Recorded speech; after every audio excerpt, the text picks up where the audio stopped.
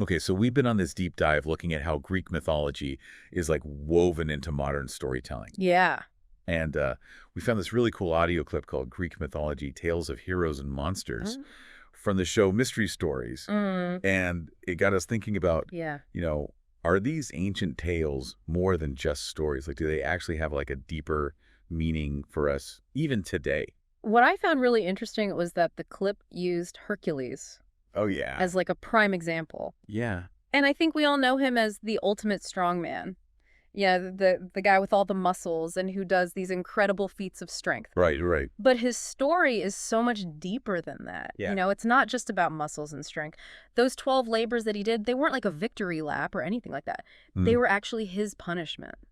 Oh, okay. Wait, so like redemption for what? Yeah, redemption for a pretty horrific act, driven mad by the goddess Hera. Oh, wow. He actually killed his own family. Oh, my. The labors were given to him by the Oracle of Delphi as a Wow. way to like atone for that sin. Mhm. So he's not just a hero. Right. He's actually a really flawed character wrestling with guilt and seeking forgiveness. That like adds a whole other dimension to his story, you know? It's not just good versus evil. It's like these universal human struggles that we all face. Right. Like this need to make things right even when we've like really messed up. Absolutely. And you see that same theme echoed in so many modern stories. Oh, yeah.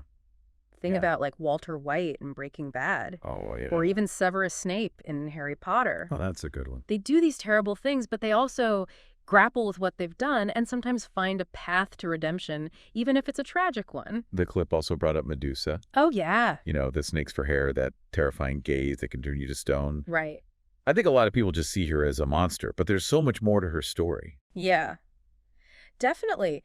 The myth has a bunch of different versions, but some of them suggest that she was originally a beautiful woman, Really? maybe even a priestess of Athena, Wow. who was then cursed. Yeah. Some say that Poseidon assaulted her in Athena's temple, and Athena cursed her out of revenge. Oh, wow. It could have been jealousy, it could have been punishment. Yeah. It really makes you question, was she really a monster, or was she just a victim of circumstance? So sometimes we label people without knowing the whole story.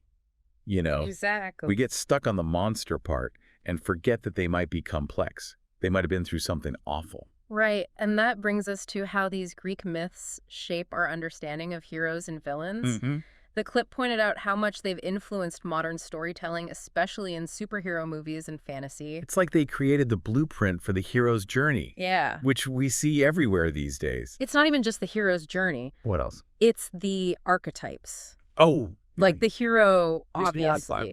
But also the wise mentor, like Athena or Chiron, yeah. the trickster, like Hermes, Oh, yeah. even the damsel in distress, which is a trope that modern storytelling has kind of embraced and challenged. Yeah, for sure. These characters stick with us because they tap into these really fundamental patterns in human behavior and how we experience the world.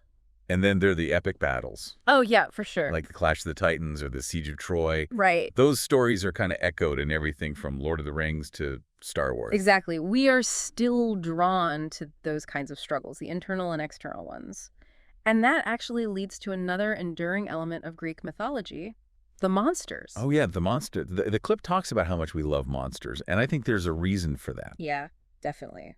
So why are we so obsessed with these creatures? Is it just the thrill of the unknown? I don't think it's that simple. Okay. Think about the Hydra, that multi-headed serpent. Oh, yeah. Where every time you cut off a head, 2 more grow back. It's like a metaphor for how we struggle with our own problems. You try to solve 1 and 2 more pop up. Oh, I like that. Or the Minotaur trapped in the labyrinth. Ooh, yeah. That could symbolize that feeling of being lost and confused, like you're facing this impossible challenge. So it's like these monsters represent our deepest fears and worries, the things we have to deal with in life. Exactly. They give a form to the things that scare us, the parts of ourselves we might want to hide.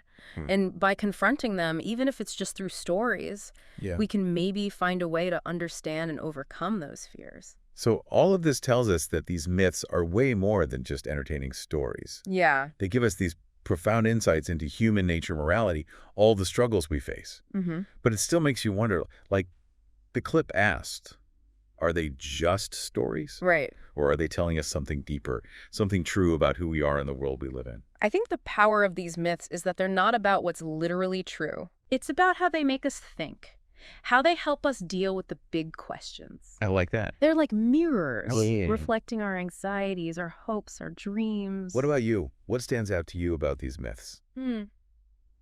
That's a good question, Which stories or characters do you connect with most? I think. Let us know what you think.